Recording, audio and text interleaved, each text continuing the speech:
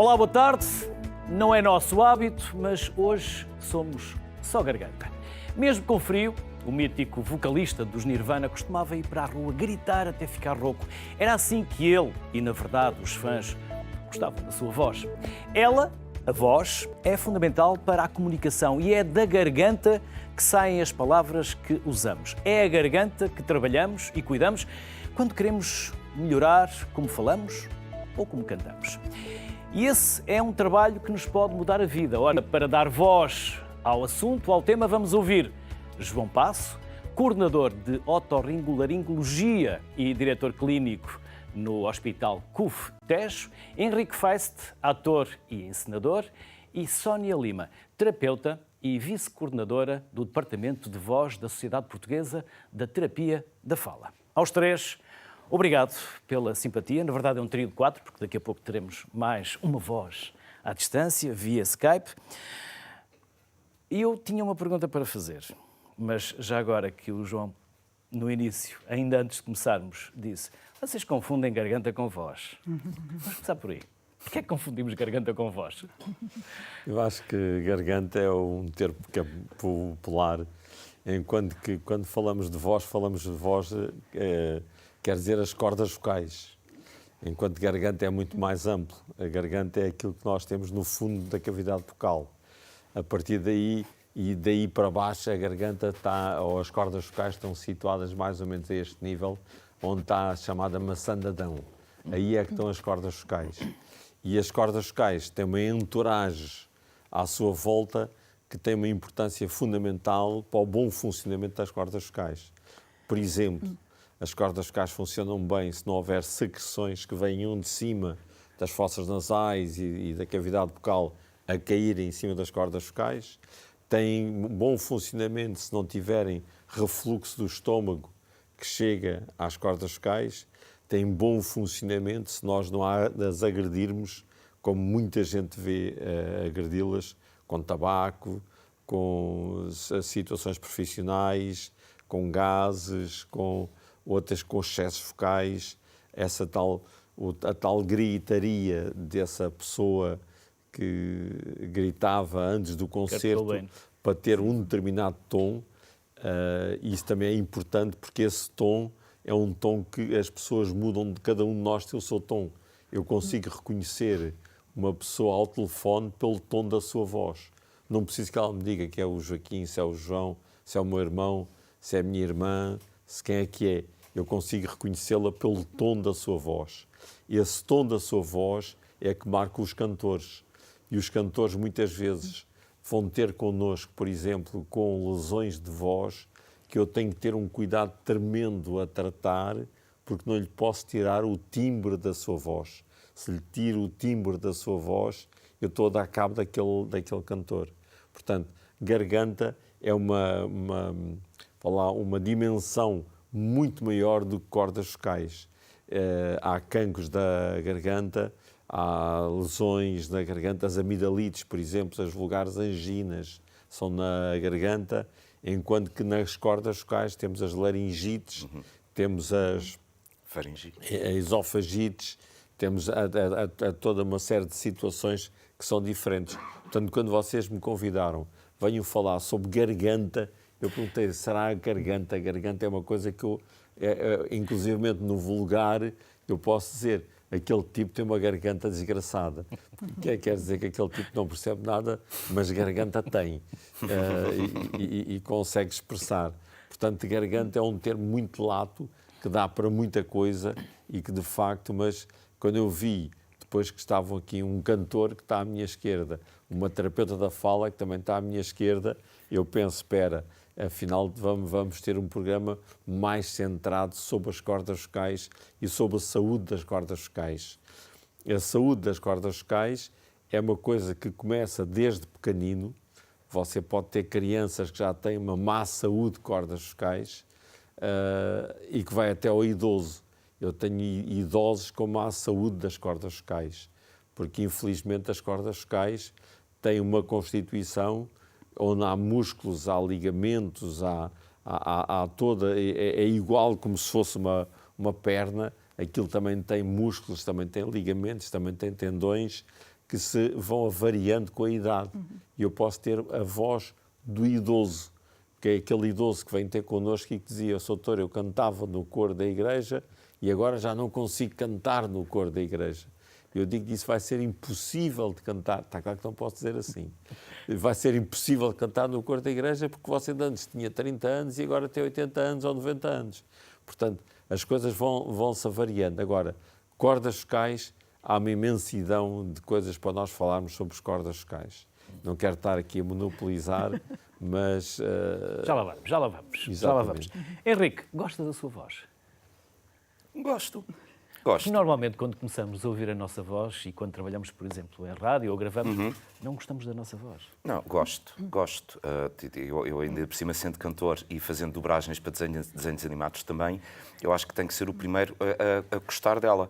Agora, tenho a noção que há dias que ela está melhor e há dias que ela está mais cansada, mas gosto. Gosto da minha voz, sim. E porquê é que está mais cansada ou porquê é que... Sabes que no meio, eu trabalho, portanto, trabalhando em teatro musical, eu venho de um meio que se habituou a usar a voz 8 vezes por semana, porque os espetáculos em Londres são 8 vezes por semana. E isto advém de uma técnica, porque, como o doutor disse, a corda vocal é um músculo, portanto tem que ser trabalhada como qualquer outro músculo. Não basta só cantar bem. Cantar bem, há muita gente que cante bem, mas depois existe uma técnica que te permita cantar 8 vezes por semana sem enrouqueceres, ou poderes aguentar um espetáculo 8 vezes por semana. Mas em relação ao que estavas a perguntar da voz, que é...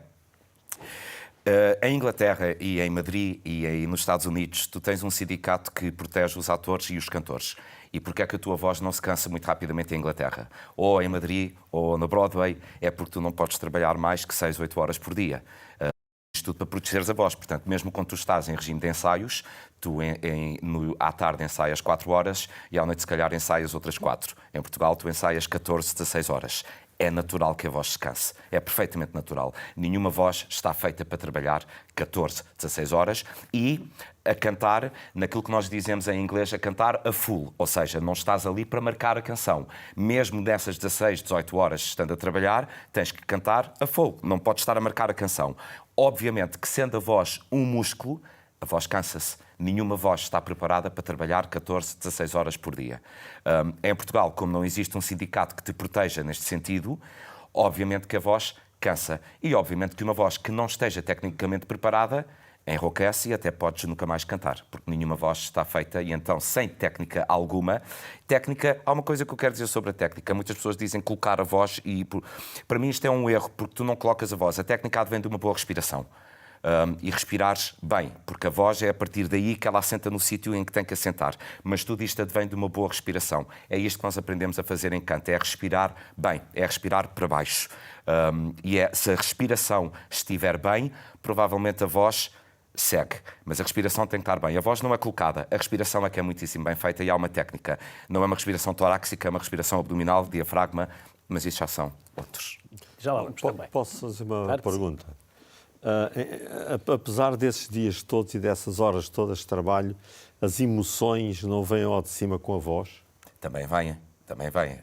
A voz espelha também muito as emoções. Eu consigo saber se uma pessoa está triste ou alegre pelo tom de voz que ela me exprime. Sim. A nossa voz é uma tela e através desta tela colorimos-la. Agora, obviamente que nós na vida real, quando choramos ou estamos mais tristes, há uma tensão corporal. Obviamente que essa tensão não pode ser vocal. Portanto, temos que arranjar depois... Mas há técnicas para isto. Há técnicas para que possamos parecer, enquanto atores, que estamos mais enervados, mas vocalmente sabemos perfeitamente o que tecnicamente estamos a fazer. Porque existe energia nervosa, não pode existir tensão nervosa. São duas coisas completamente distintas, que eu digo sempre às pessoas, que é... os nervos, supostamente os nervos são uma palavra que já nos contrai. Tomando como ponto assente que todos os atores estão nervosos antes de entrarem em palco, tomando isso como ponto assente, porque isso é uma noção da responsabilidade, é apenas convertermos esses nervos em energia nervosa e não tensão nervosa, porque se formos tensos para palco, obviamente vamos afetar as cordas vocais, vamos estar tensos e isso vai afetar o nosso trabalho e a saúde das próprias cordas vocais. Sónia, por que razão ficamos roucos e um bebê chora horas a fio, uma noite inteira e nunca fica rouco? Pois ia dizer isso, lembrei-me disso. Olá, Ainda boa bem tarde. que assim não me Obrigado, já tirou a nem pergunta. respondo, é isso. Exato. Nem sempre, porque cada vez vemos crianças mais novas, não é? E O bebês. bebê. Um bebê. Quando está no berço. Nunca mais Realmente está. com problemas, cada vez são mais novos que nos aparecem nas consultas. Mas, de facto, um bebê, não é? Que chora durante a noite inteira, consegue-o fazer durante várias horas, não é? De facto, não consigo identificar no estudo agora, para já que me possa comprovar, não é? Nós estamos esses a forçar aspectos. a voz. O bebê, mas na verdade, está a exprimir está a as suas exprimir as suas emoções e deixar sair. Pode E em acrescentar se termos quiser. de- Ou seja, Não tem a ver com o diafragma. Eu acho que tem a ver Fica o é diafragma e automático. precisamente nós, a partir do momento que começamos a aprendizagem de outros comportamentos, nomeadamente do sentar, do andar, do falar e do próprio do comer, começamos a usar a respiração para outras funções, nomeadamente para a alimentação, a coordenar a respiração para esses comportamentos e essas funções. Começamos a alterar esse comportamento de respiração com que nós nascemos, que é uma respiração Certa, que é que mais está certa. abdominal, mais diafragmática, sem outras tensões. E é claro que é bastante mais fácil e, portanto, embora, como estava o professor João Passos há bocado a referir, relativamente à estrutura das pregas vocais e das cordas vocais do bebê, são umas estruturas que ainda são bastante frágeis e, portanto, poderão estar realmente suscetíveis a aparecer realmente esses problemas.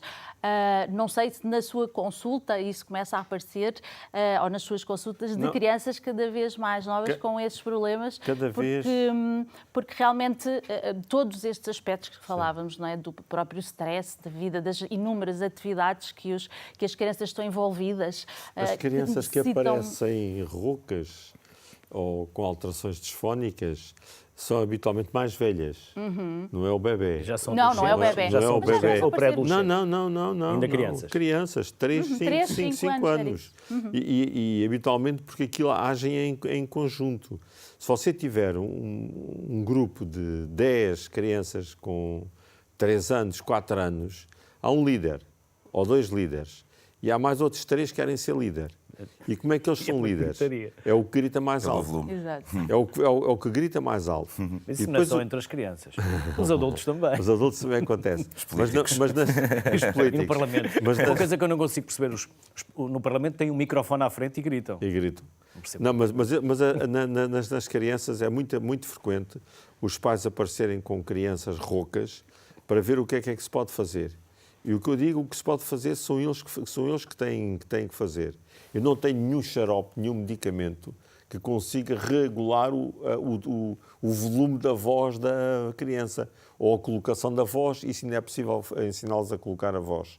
Mas o que acontece é que a maior parte das salas de aula, onde eles estão, eles falam todos ao mesmo tempo. Infelizmente, hoje em dia, a disciplina não é aquilo que prima mais nas aulas. Falam todos ao mesmo tempo. As salas de aula, na grande maioria dos casos, não têm boas condições acústicas. Portanto, e depois o que acontece? O professor também tem que gritar. Invariavelmente, nós temos alunos roucos e professores roucos. Quer dizer, roucos, neste caso, com nódulos vocais. Os nódulos vocais resultam de quê? Das cordas vocais baterem com toda a força uma de encontro à outra e na parte central das cordas vocais aparecem umas tumefações que são uns nódulos que vão alterar a vocalização. E, portanto, aí assim aparecem as vozes roucas. Essas vozes roucas das crianças, depois ainda por cima, há aqueles que cultivam a voz rouca. E que a voz rouca ainda é mais rouca, porque ele não consegue libertar-se da voz rouca. Habitualmente, essa voz rouca vai-se dissipando à medida que nós conseguimos incutir aos pais a necessidade de eles falarem com calma, de eles não falarem com pressa e da terapeuta da fala agir. Porque essas são crianças, não são para ser tratadas por nós, são para ser tratadas pela terapeuta da fala. Henrique, quer falar dos bebés? Já que eu lhe tirei. Não, é a porque deixa. realmente basta olharmos para a barriga do bebê quando ele está a gritar. Tu vês que o movimento daquele grito vem realmente do diafragma. É com os vícios que vamos no crescimento que vão... Portanto, os vícios, nem que seja através da melodia que nós ouvimos dos nossos familiares, é através daquela melodia que depois nós nos identificamos, aquilo que o professor estava a dizer, que depois cada voz é um carimbo, não é? É depois, com essa fase do crescimento, dos 3, 5 anos, aí é que podem começar a surgir os tais enrouquecimentos e por aí fora. Agora, um bebé não sabe melhor. Não sabe melhor do que é. Não tem vícios. E, portanto, é raro um bebé enrouquecer. Agora, se tu fores a um jogo de futebol e estiveres a gritar pelo Benfica e o Sporting 1h30 sem técnica, provavelmente vais enrouquecer. Um político provavelmente vai Enlouquecer. Também há quem também. enlouqueça. Mas sabes que há uma coisa das pessoas quando pensam que têm que ser ouvidas ou percebidas, que há uma coisa do volume que pensamos que temos de gritar. Eu sempre me ensinaram, muitas vezes em Inglaterra, não temos que gritar, às vezes falando num tom mais baixo e articular para que possam perceber o que estamos a dizer. Aí és capaz de chegar muito mais rapidamente do que se estiveres a gritar. Não é uma questão de volume. E nós pensamos que às vezes, para que sejamos ouvidos, é uma questão de gritarmos. Nem sempre passa pelo grito. Podemos falar num tom normal e basta articularmos para que percebam o que estamos a dizer e darmos o mesmo valor às consoantes que damos às vogais e termos só cuidado consoante formos falando e darmos o mesmo valor a tudo. Não é preciso, nem sempre é preciso gritar. Sónia, ia acrescentar alguma coisa? Eu ia voltar um bocadinho ainda aos bebés e falar sobre um aspecto que se relaciona com a produção da voz e que se relaciona com a modelação da voz ou ajustar a nossa voz àquilo que nós ouvimos. Porque isto de produção da voz não é só articular, não é só respirar, não é só colocar a voz em determinadas caixas de ressonância, mas é essencialmente ouvir e ouvir-nos e estarmos constantemente a ajustar a nossa voz. E um facto engraçado relativamente à audição e ao reflexo da audição na nossa voz e na nossa voz falada, porque nós, enquanto seres humanos, usamos essencialmente a nossa voz para falar ou para cantar ou para essencialmente ser incluída na nossa comunicação.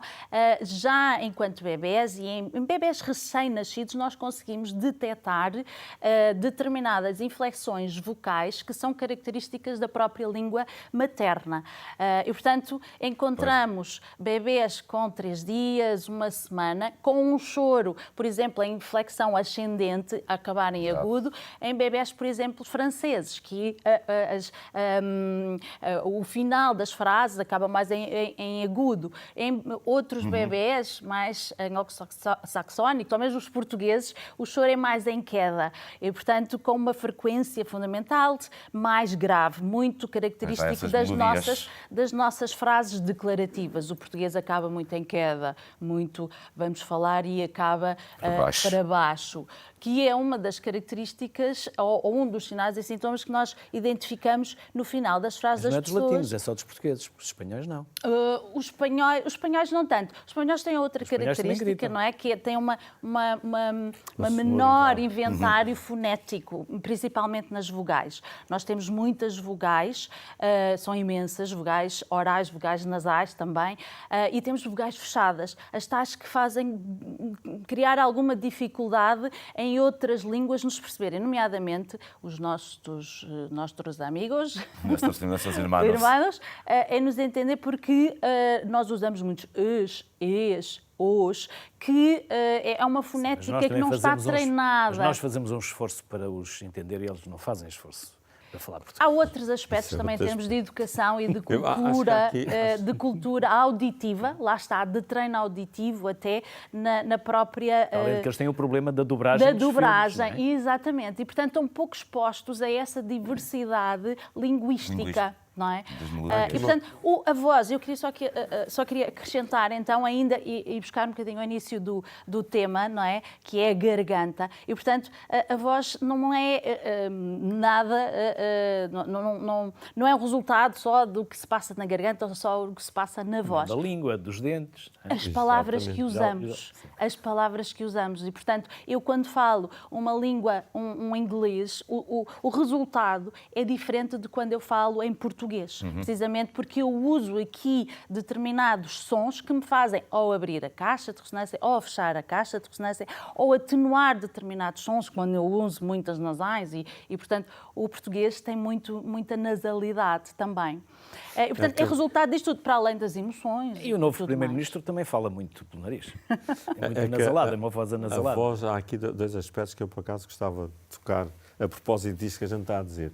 É que a nossa voz é muito comandada por aquilo que nós ouvimos. Nós estamos a ouvir-nos constantemente e estamos a modificar a altura, o volume da nossa voz de acordo com aquilo que nós ouvimos. Eu estou agora a falar muito mais alto porque não preciso de falar neste volume. Mas se eu fosse surdo, eu ia falar mais alto. Habitualmente os surdos falam muito mais altos. Enquanto que as pessoas, há determinados tipos de surdez, que é curioso, que são as surdezes de transmissão, em que as pessoas falam muito baixinho e que esperam que a gente ouça. Porque elas estão-se a ouvir a elas bem. Assim como há aqui outra coisa, que é quando se fala de sonoridade e de garganta, a nossa sonoridade não é apenas a cavidade bucal, é também toda a cavidade nasal. Toda a cavidade nasal faz parte da sonoridade. Se eu estiver constipado, tenho uma voz nasalada. Quantas vezes uma pessoa está a falar ao telefone e de lá dizem, estás constipado hoje? Ou não estás bem, tu estás aí a preparar alguma, estás constipado. Porquê? Porque a nossa cavidade nasal está tapada, as fossas nasais estão tapadas. Eu, se tiver as fossas nasais tapadas, vou falar com uma voz nasalada, enquanto se tiver as fossas nasais abertas, tenho uma voz completamente, toda a minha caixa de ressonância, que é como se fosse uma guitarra, que tem duas cordas, que são estas cordas que estão aqui assim embaixo. E depois toda a parte de cima é a parte da caixa de ressonância da guitarra. Portanto, tudo isso é tudo modelado pelo cérebro, entretanto. Porque quem manda nisto tudo é o cérebro. Quem manda nisto tudo, e mesmo as emoções que nós depois temos e que se traduzem na voz, porque eu, se estiver com uma emoção muito grande, a minha voz treme. Exato. A minha voz, eu consigo perceber que estou a causar emoção em alguém se a minha voz começar a tremer. Ou se eu estiver nervoso. Ou se estiver muito Os nervos nervoso. podem fugir para as mãos, podem fugir para a garganta. Quantas pessoas... O antigo Primeiro-Ministro era aqui para os lábios. Começava a transpirar. O suar. Quantas pessoas estão a falar e de repente, por exemplo, a fazer um discurso num sítio muito grande, com uma grande assistência, e começam a tremer ou a voz começa ali a falhar. E aquilo é uma desgraça. Porque ou eles têm técnica para aguentar aquilo, ou então eles nunca mais conseguem agarrar aquilo. Portanto, a voz tem muito que se lhe diga e tudo muito também passa pela nossa caixa de espirulitos que manda nisto. Vamos trazer a Sara Afonso também para a conversa. É cantora e professora de canto. Olá, Sara. Olá, boa tarde a todos. Boa tarde, Sara. Já aqui falámos de muitas coisas. Quer pegar em alguma? Ou... Sim, faça favor. Eu tinha precisamente pensado em falar do caso do bebê. Desculpem, eu ouço o meu eco. Sim, lá está um problema da fala. É quando nós estamos a ouvir aquilo que já falámos. Exatamente. Não é nada confortável. E depois parece que começamos a falar assim porque estamos a ouvir aquilo que já dissemos. Portanto, convém não ouvirmos aquilo que já dissemos. Desculpa, ao contrário do Henrique Faz dizia, eu tenho dificuldades em suportar o som da minha voz, apesar de ser cantora e professora de voz. Sara, e porque estamos a falar de voz e a ligação não está boa, está a falhar a voz da Sara, talvez, se concordar, vamos refazer a ligação e já voltamos para a poder ouvir em boa voz. Pode ser? Até já, Sara. Até já. É uma boa técnica. Sim. É uma boa técnica. Qual delas? Para do retorno auditivo. Por isso é que em televisão temos uma coisa chamada N-1, que é para nos tirar o retorno, caso contrário Mas é uma estamos a boa ouvir técnica para diminuir a velocidade do discurso. para se falar mais lento.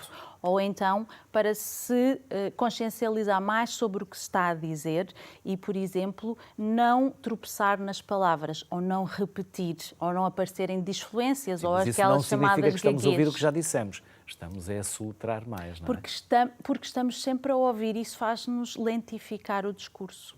É uma técnica mesmo que, Até para ganhar que se tempo, utiliza. algumas Em terapia da respostas e fala. perguntas mais Também. Estratégia de comunicação. Henrique, quais são as técnicas? Eu, por exemplo, antes de começar o programa, faço um exercício que é para desbloquear aqui as dobradiças. Sabes que eu acho que há Que é tentar abrir... Eu acho que há várias técnicas. Eu acho que cada Caso pessoa, contrário, começamos a comer eu acho que cada sílabas, pessoa não tem é? a sua técnica. O que eu acho é que, portanto, pegando em tudo o que for dito até agora, até no início, que é... Eu tenho várias técnicas. Uma é, eu nunca bebo nada quente. Um cantor nunca deve beber nada quente antes de ir para palco. As coisas têm que ser sempre à temperatura da garganta. Portanto, o que se diz de o chá quente ou uma coisa muito fria, isso é das piores coisas para uma corda vocal antes de uma pessoa cantar. A melhor coisa que eu digo sempre antes de uma pessoa cantar é bebam água. Água. Natural. Água. É o melhor. É água.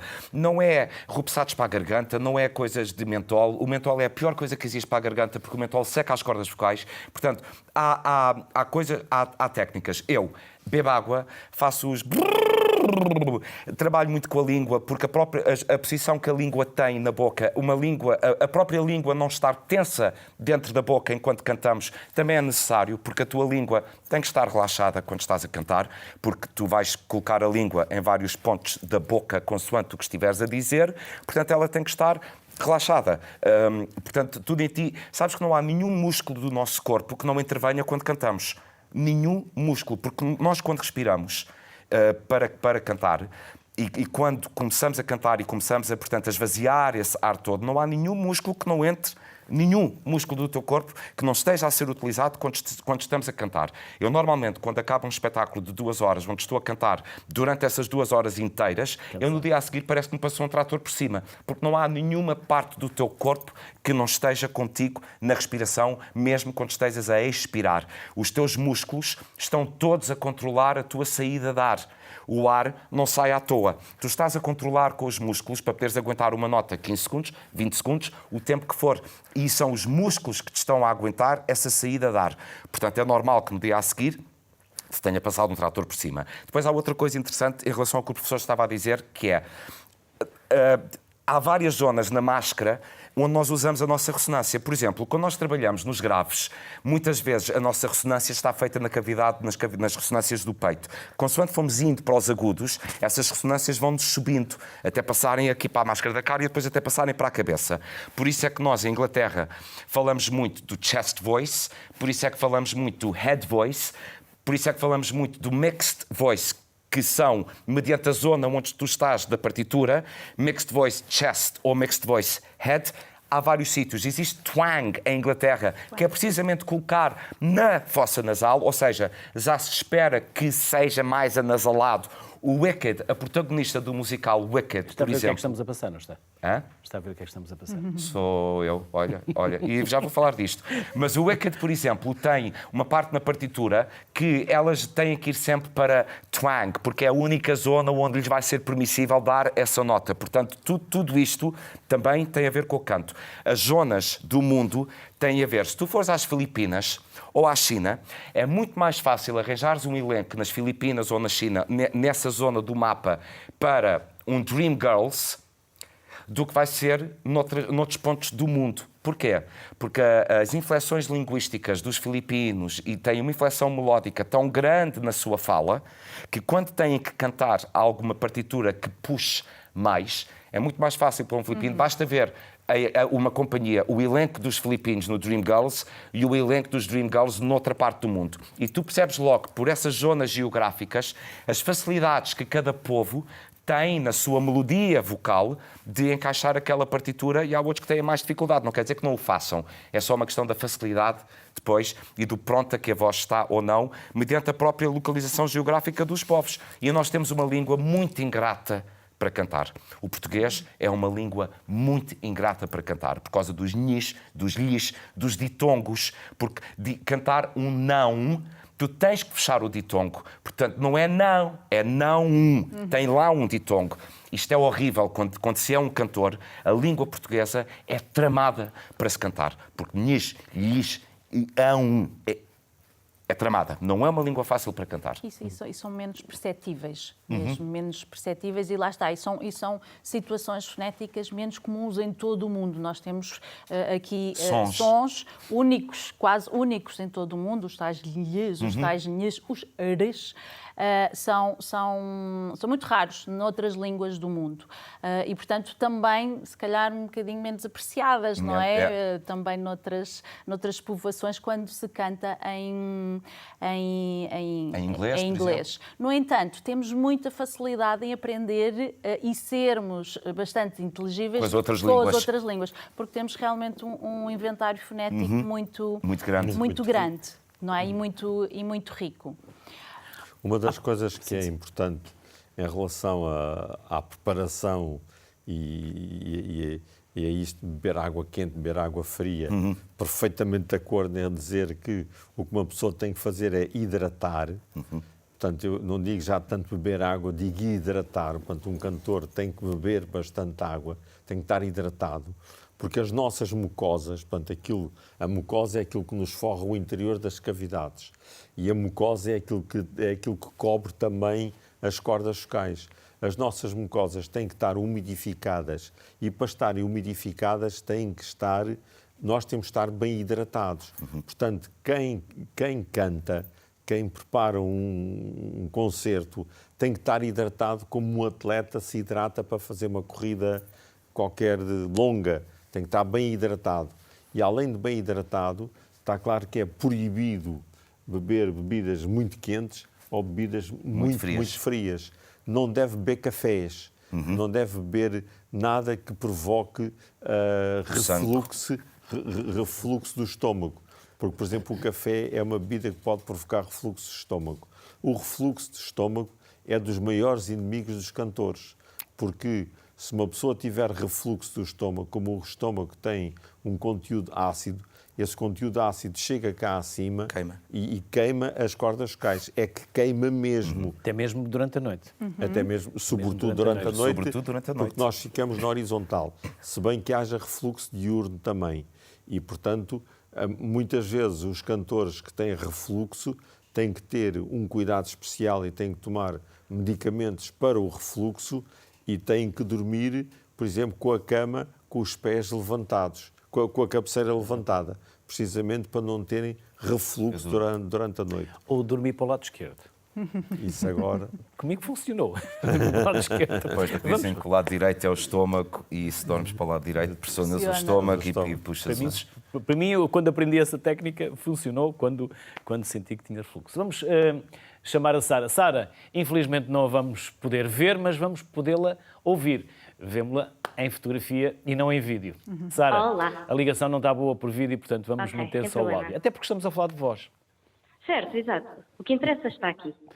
Então, vamos a isso, Sara. Há pouco que interrompia no seu raciocínio. Eu estava a dizer, na verdade já trouxeram ao de cima temas que eu tinha pensado e, na verdade, que eu tinha interesse em ouvir. Mas vamos falar neles outra vez. Portanto, o painel que convidaram, eu tinha interesse em ver uma análise, se calhar, mais anatómica deste fenómeno, que era, pronto, aquela ideia que o bebé não fica rouco. Portanto, ou seja, eu gostei que tivessem trazido ao de cima porque eu, de facto, tinha escrito aqui como, pronto, é uma curiosidade, é uma coisa que eu uso nas aulas de voz também.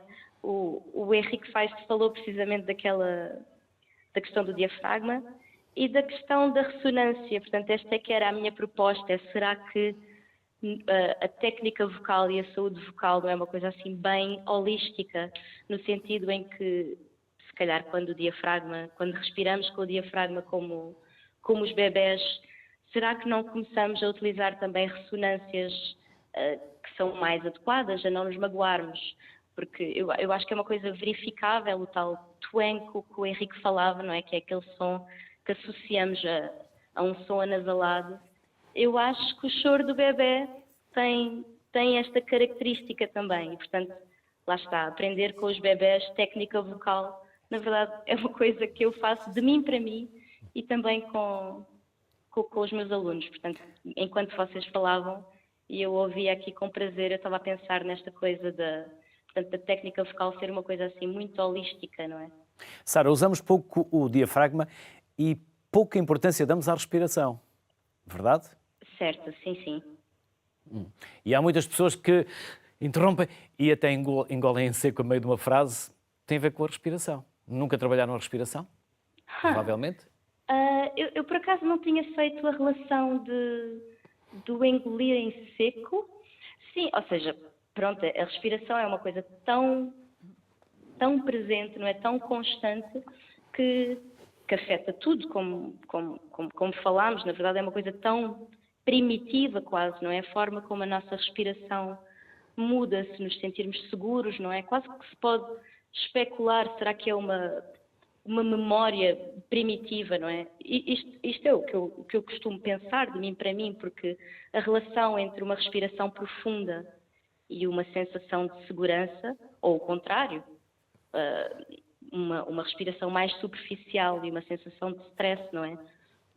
Portanto, sim, essa coisa do engolir em seco, que eu associo a um estado de nervosismo, sim, com certeza está ligada com respiração, mas a questão é o que é que não está. Sara, sim, claro. Sim. Vamos, sim, Eu ia só interromper porque, já que estamos a falar de respiração e estamos a falar de diafragma, há uma coisa que eu acho que é extraordinariamente importante, ou tão importante para vocês todos, e que vocês todos utilizam, que é a postura. Eu ia perguntar isso daqui a pouco. Eu não cantor. consigo sonorizar sentado. Exato. Não consigo. Eu estar aqui a falar é uma coisa, mas se eu estiver a sonorizar, eu preciso de estar de pé. Para poder. No meu caso, estou a falar do meu, porque me sinto comprimido no. A primeira coisa que um cantor tem que fazer é que tem que ter uma boa postura. Vocês não veem um cantor de ópera curvado, veem um cantor de ópera sempre com o peito para fora. Com garganta. E com a garganta e para aproveitar completamente a amplitude quando o seu diafragma baixa e com as costelas se abrem. Para aproveitar por completo. A postura é algo que é extraordinariamente importante. Tal e qual, ou tão importante como o resto. Portanto, eu acho que uma boa postura, qualquer um dos cantores que nós temos à nossa volta tem uma boa postura. E eu não sou professor de voz, mas está aqui uma professora de voz e está aqui um profissional de voz e que sabe, e dois profissionais de voz e que sabem que a postura é extraordinariamente importante. Sem dúvida. Sara, sim. Sara, quer acrescentar? Sim. Sim, ou seja, esta conversa é mesmo interessante. Eu estaria verdadeiramente a ver esta entrevista em casa com todo o prazer, esta conversa, aliás.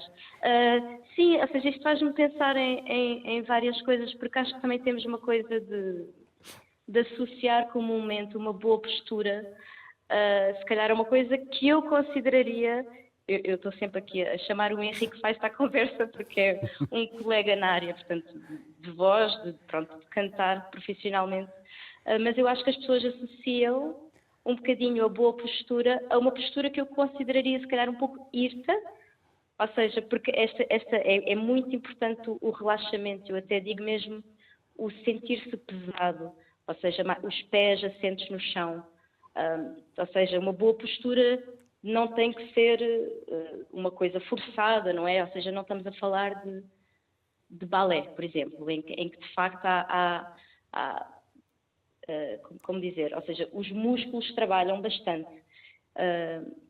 E eu acho, aliás, isto está outra vez ligado ao diafragma, a respiração diafragmática também tem esta coisa de, na verdade, poupar energia muscular, não é? Ou seja, nós não queremos estar em stress e com os músculos irtos. Mas sim, claro, uma boa postura, eu diria, acima de tudo, é estar pesado. Lá está, como o que acontece quando dormimos, não é? Porque naturalmente quando dormimos, é incrível, mas estamos a respirar com o diafragma. Portanto, isto é uma inteligência física e eu acho que tem que ver com peso. Portanto, sim, uma boa postura direita, mas não estressado. Portanto, não é uma boa postura como associamos ao balé, por exemplo. Era isso que eu Henrique queria e Sara, dizer. sim. Estão os dois com vontade de falar. Eu acho que Estão os três. Na verdade, estão os quatro. Há uma coisa que é, portanto, eu vou tentar resumir. Tudo que são os cantores de teatro musical propriamente dito, eu só posso falar de teatro musical porque é a minha área e, portanto, é de onde eu sei mais, que é, por norma, os cantores de teatro musical não enrouquecem. Por norma, os cantores pop enrouquecem todos. Pronto. Porquê? Por causa da técnica e da não técnica. Quando se fala da postura, com certeza quando nós aprendemos a técnica vocal, com certeza que começamos logo pelas posturas também. Mas depois, quando vamos para o teatro musical e quando vamos para a parte ator e tudo isso, nós temos que desmistificar um bocado isso da postura. Ou seja, a técnica tem que lá estar toda, mas nem sempre estamos a cantar em posições idílicas. Nem sempre podemos cantar de pé. Nos Miseráveis, o I Dream the Dream, ela tem que cantar no chão, deitada. Portanto, nem sempre, em teatro musical, nem sempre temos aquela postura do cantor de ópera, nem sempre a podemos ter, mas temos a técnica, atenção, mas obviamente que estudamos a postura, se temos que estar deitados no chão ou alguma coisa, obviamente que estudamos qual a melhor forma de estarmos deitados para que possamos respirar adequadamente, mas muitas vezes em teatro musical sacrificamos a postura, muitas vezes, e não é à toa que o teatro musical nos anos 50, 60 era claro na sua definição de os cantores, os bailarinos. Quando começa a vir o West Side Story e estes outros musicais em que começam a dizer já não há os cantores e os bailarinos, há cantores bailarinos e tu tens que cantar através da dança, aqui é que muda a tua respiração, porque a respiração de dança é torácica. Quando tu vais para o balé e aprendes balé, a tua respiração é aqui em cima, é torácica. Quando tu cantas, a tua respiração não pode ser torácica, é toda cá para baixo. Portanto, depois há que reaprender isto tudo para que possas dançar e cantar ao mesmo tempo, porque o teatro musical é dançar e cantar ao mesmo tempo. E tens que gerir esta respiração e pensares que a tua respiração de dança que era torácica, agora não pode ser torácica, tem que na mesma ser profunda, e isto também é uma técnica em si, porque cantar e dançar ao mesmo tempo também é uma técnica, também exige uma técnica, porque ninguém canta e dança ao mesmo tempo, que são duas respirações diferentes. Portanto, há uma técnica para isso. E porquê é que eu digo que o pop estraga a voz? Porque, por norma, modo geral, nem todos, modo geral, o mundo pop sugere-te que tu vais sempre cantar naquela zona. Ou seja, quando tu ouves uma Beyoncé, uma Mariah Carey e por aí fora, elas por si não se ajudam a elas próprias. Porquê? Porque passam uma canção sempre nos agudos, sempre a gritar naquela zona. O que é que acontece? Passado 10, 15 anos, tu continuas a querer ouvir esta cantora porque ela vendeu-se assim. Ela vendeu-se com este propósito. Eu dou estas notas. Ou seja, elas não se ajudam a elas próprias, porque quando eu a vou ver, eu quero ver aquilo. O problema é que elas, passado 15, 20 anos, já não as dão. Já não dão essas notas, já não conseguem, é impossível. Ou seja, elas defraudam-se a elas próprias, porque impõem para elas um tipo de carreira que, passado 20, 25 anos, não é culpa delas. Anatomicamente, a nossa voz desce. Não há nada que possamos fazer. Consoante vamos envelhecendo, a nossa voz vai descendo. Isso é uma coisa anatómica, não podemos fazer nada sobre isso. Elas propõem-se a que a voz não deixa. Depois tu tens artistas muito inteligentes, como a Judy Garland, uma Barbra Streisand, e por aí fora, que são as últimas notas das canções delas, as últimas notas é que são as agudas. O que é que isto quer dizer? Que tu, passado 20, 30 anos, se eu tiver que descer um tom à canção, eu, enquanto público, não me sinto muito defraudado, porque foi aquela última nota que, pronto, a canção desceu um tom, pronto. Agora, as outras, Celine Dion, Mariah Carey e por aí fora, que te propõem um tipo de canção e um tipo de eu estou sempre a ouvi-la aqui, elas não se ajudam a elas próprias. Sara, mais agudos ou mais graves? Tudo um pouco. Não, mas concordo perfeitamente com o que o Henrique acabou de dizer, e precisamente é o meu ícone no que toca a uma técnica vocal que pode ajudar-nos para o resto da vida, pronto, numa carreira deste género. Portanto, o meu ícone é mesmo a Barbra Streisand. E, portanto, eu acho que mesmo em pop, portanto, é o que eu tento fazer, não é? Eu estou hoje em dia a dar aulas numa escola de rock e não falo de mais ninguém, falo de muita gente, mas a Barbra Streisand está sempre a vir aqui à conversa Portanto, ou seja, eu acho que o que se pode fazer, e pode-se fazer com sucesso, a Barbra Streisand é um caso disso, a Ariana Grande também, e há outras, não é? Pessoas que trazem a técnica da Broadway, do teatro musical, o twang e tudo isso para a canção pop, e é um acrescento. Sara, obrigado. Foi Obrigada um gosto a vocês, foi um ouvi-la. prazer. Foi um gosto ouvi-la. Obrigado e felicidades. Beijinho, Sara. Obrigada, beijinhos, adeus. Uma próxima. João Passo, antes do programa começar, ficou escandalizado quando eu disse que fumei 38 anos e que cheguei a fumar 4 maços e comecei a fumar com 7 anos e que aos 9 anos fumava um quentuques por dia. E disse-me, Mata-rato. tem sorte de estar aqui. É um mata-ratos. 12 mata-ratos. Tem sorte de estar aqui vivo. Exatamente. O que é que o tabaco faz à voz, à garganta? O tabaco é um Tanta dos... coisa, não é? Pois, o tabaco é... Mas já não fumo, já deixei de fumar há 12 anos. Por isso. Os malefícios são vários. Mas em relação às cordas vocais é um dos principais, se não o principal, causador do cancro da laringe. Está claro que, como eu há bocado dizia, eu já vi cancros da laringe em não fumadores, nomeadamente em mulheres. Mas habitualmente o cancro da laringe aparece mais em homens e em fumadores. 4 maços de tabaco por dia é igual praticamente a um cancro da laringe ou um cancro do pulmão. Não sei qual deles é o pior. O do pulmão mata mais depressa, o da laringe é mais mutilante. E ao fim de 12 anos já escapei? Ao fim de 12 anos já escapou, exatamente. Resvés, assim. Sim, resvés Tim Maria, como se costuma dizer. Resvés Tim Maria. Porque, de facto, ao fim de 5... À medida que passamos os 5 anos, cada ano que passa, cada ano que fica mais longe a hipótese de ter um cancro de laringe destes. Mas já me saiu Euromilhões. Pois, habitualmente eles não avisam ainda por cima. O cancro da laringe não aparece por acaso, não vem lá um raio do alto e vem cair em cima do fumador e dá-lhe um cancro de laringe. Habitualmente o fumador começa por ficar rouco, começa por ter rouquidão. E por isso é que nós dizemos sempre que quem tenha uma rouquidão arrastada por mais de um mês num fumador ou no não fumador, isto obriga a uma observação das cordas vocais. Porque eu tenho aquilo chamado lesões pré-malignas.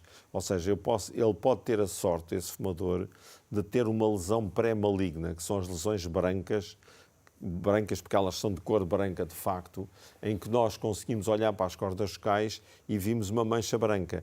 Pode estar situada no meio das cordas vocais, à frente da corda focal, atrás da corda focal, mas tem uma mancha branca, ou 2 manchas brancas, ou 3 manchas brancas. Essas manchas brancas habitualmente é que provocam a alteração de voz que leva o doente ao médico. E nós muitas vezes temos que tirá-las porque elas são lesões pré-malignas.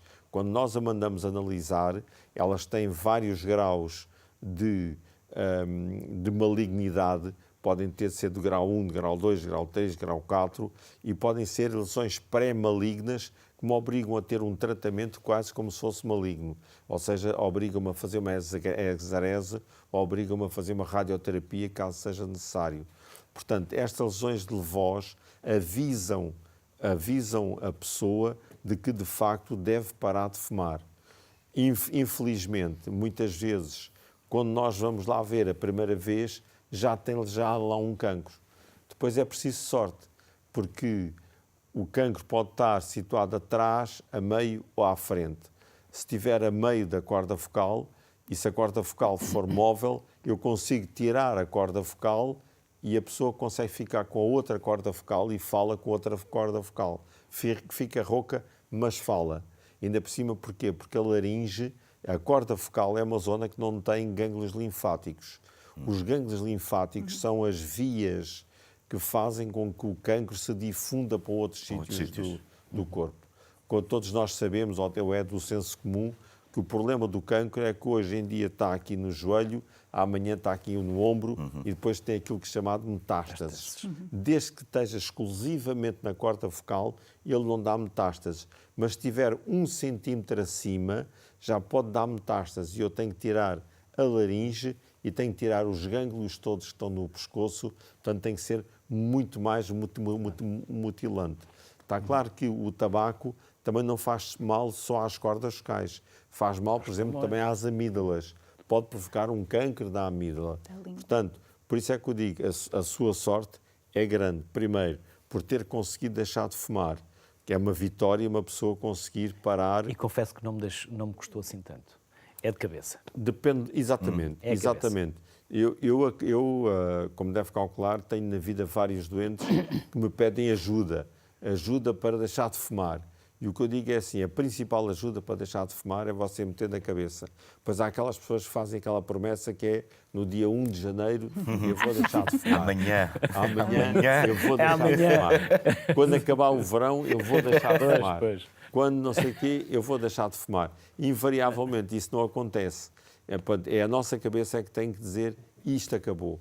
Agora, que é de facto um trauma muito grande e que nós devemos fazer tudo para eliminar o tabaco, fazer tudo para eliminar estes novos tabacos que existem, porque eles também têm as contraindicações, e isso é algo extraordinariamente importante.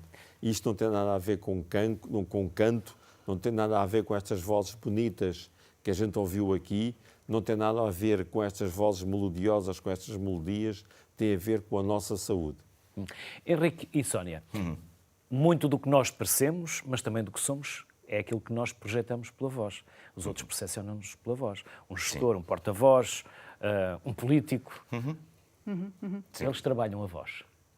Os políticos eu acho que os políticos deveriam trabalhar a voz. Eu aliás, lembro-me quando tive aulas com a Cristina de Castro, grande senhora, e ainda me lembro de cruzar várias vezes, isto estou a falar nos anos 90, cruzei-me várias vezes nessas aulas com o Pedro Passos Coelho, que estava a ter aulas precisamente por causa da política. Portanto, qualquer pessoa que utiliza a voz, eu acho que devia. E sabes que nós falamos muitas vezes das cordas vocais, e também há uma coisa, e o professor corrigir-me se eu estou enganado, sabes que nós também temos falsas cordas vocais.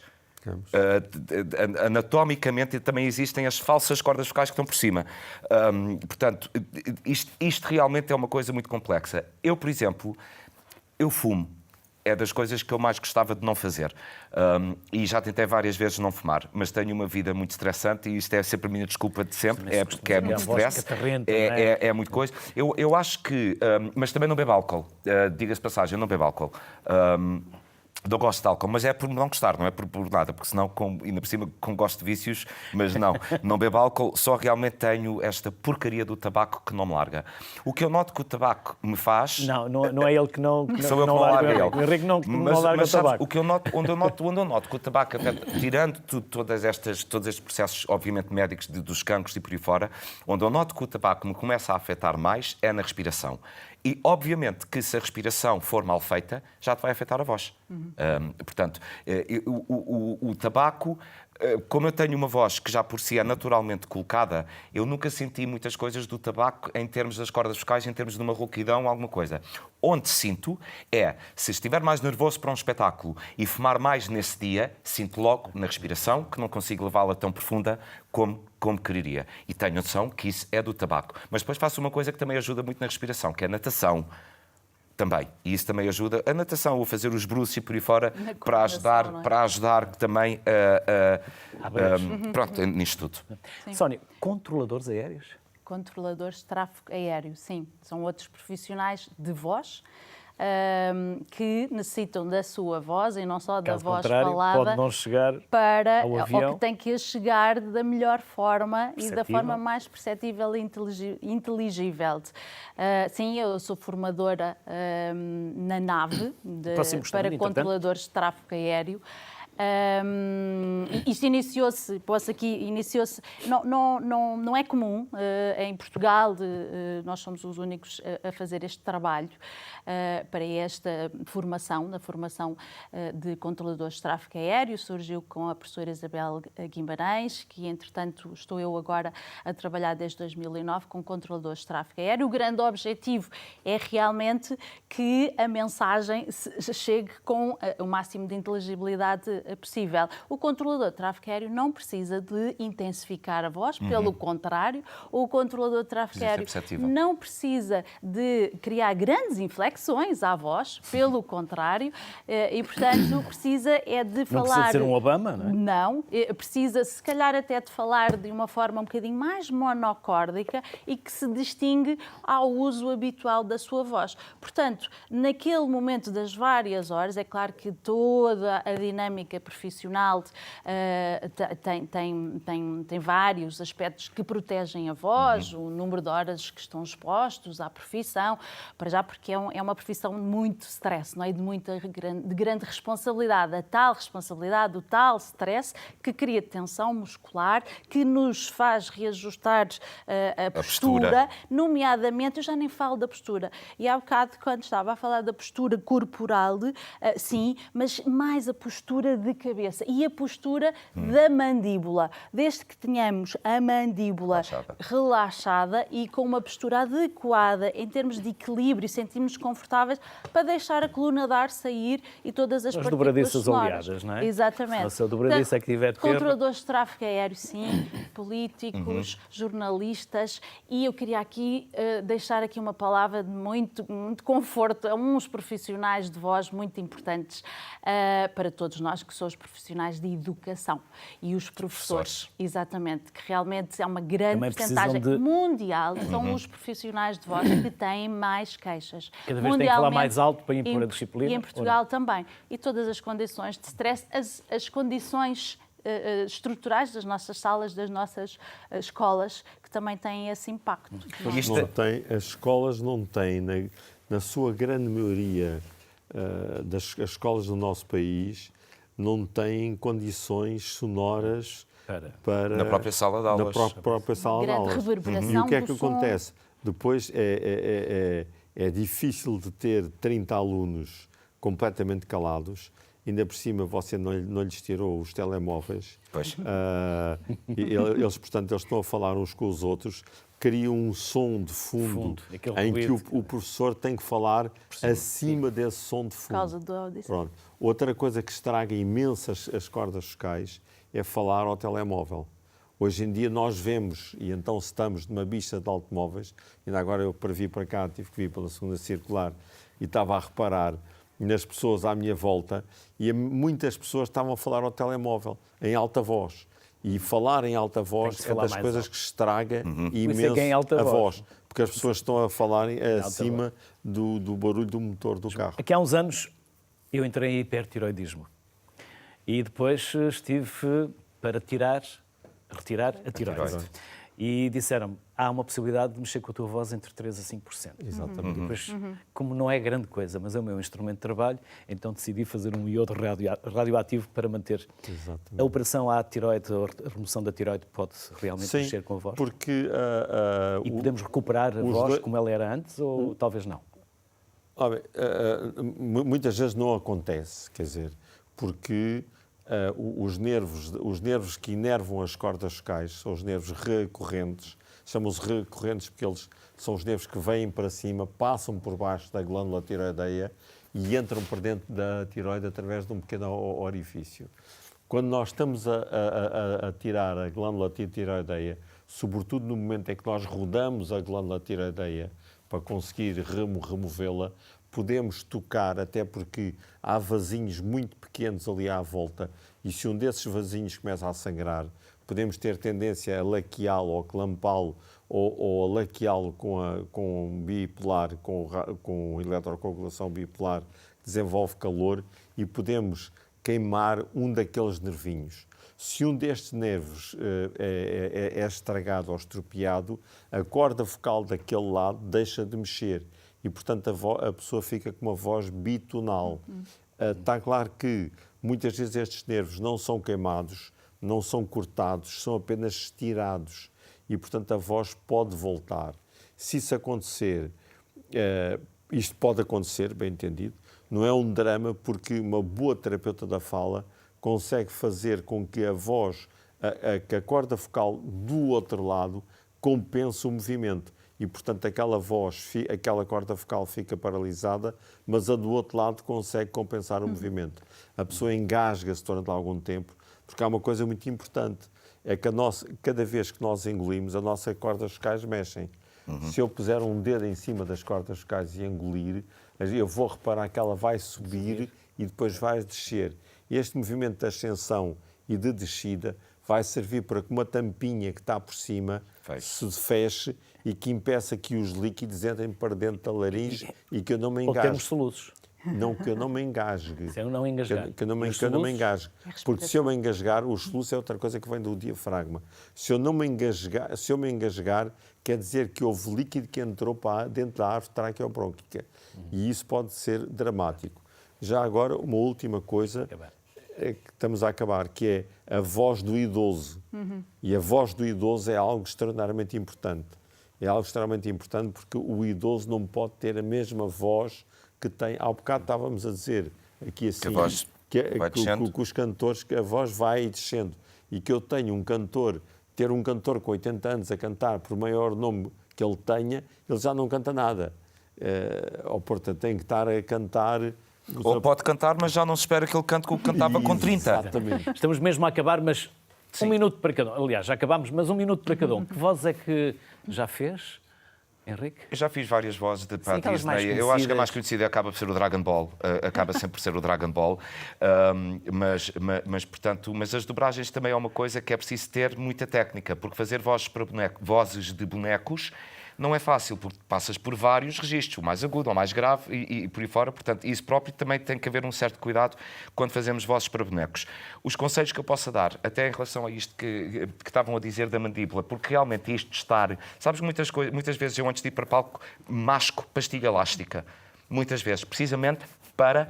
E, aliás, se tu fores ver os discursos das americanas, as Ivy Leagues das Américas, das universidades e por aí fora, tens aí uma grande inflexão, porque as americanas, as jovens que mascam pastilha, oh my God! Se tu fores ver o discurso delas de mascar, que não tem nada a ver com alguém em Inglaterra, as americanas, as inflexões das americanas com as mandíbulas relaxadas é oh my God, you did that! Oh my God! Se tu vais à Inglaterra, o discurso de quem masca uma pastilha é oh my God, you did that! You really did that! Já é completamente diferente. Outra coisa que eu digo às pessoas sempre é não usem cascóis. As pessoas quando dizem vou lá para fora, está muito frio lá fora, vou aquecer a garganta toda. É das piores coisas, deixem isto normal, porque os choques térmicos que nós temos de... Agora ponho um cascol, depois vou lá dentro e tiro os choques térmicos a que estamos a submeter a garganta, é tudo... Ou seja, isto tudo que os nossos pais nos diziam, põe um cascol, aquece, barará, muitas vezes está errado, porque lá está. É por isso que eu não bebo um chá quente antes de cantar. Por isso é que eu não me encho de cascóis para ir lá para fora.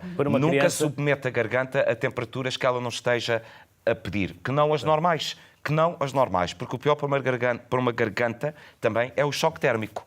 Sónia, para concluir. Para concluir, são tudo assim... Em 30 assim segundos, porque já queimamos, já estamos com mais de 2 minutos. Essencialmente, termos muita consciência de nós próprios, estarmos muito atentos à nossa voz, ouvir-nos e adaptarmos e percebermos que às vezes alguns conselhos para uns não são para outros.